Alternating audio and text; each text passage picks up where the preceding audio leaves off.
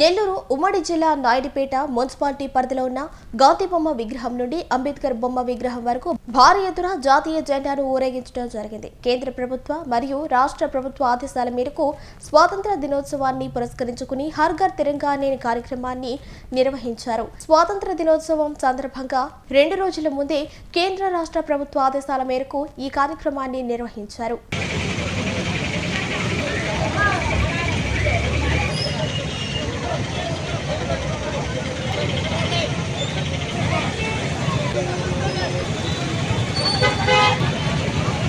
కేంద్ర రాష్ట్ర ప్రభుత్వ ఆదేశాల మేరకు రేపు మనకు జరగబోయే ఆగస్టు 15 నాటికి ప్రతి ఇంటికి కూడా ఘర్ ఘర్ తిరంగా అనే కార్యక్రమంలో ప్రతి ఇంటి మీద జాతీయ జెండా ఏర్పాటు చేయటం, అదేవిధంగా ర్యాలీ నిర్వహించమని ఆదేశాలు చేస్తున్నారు.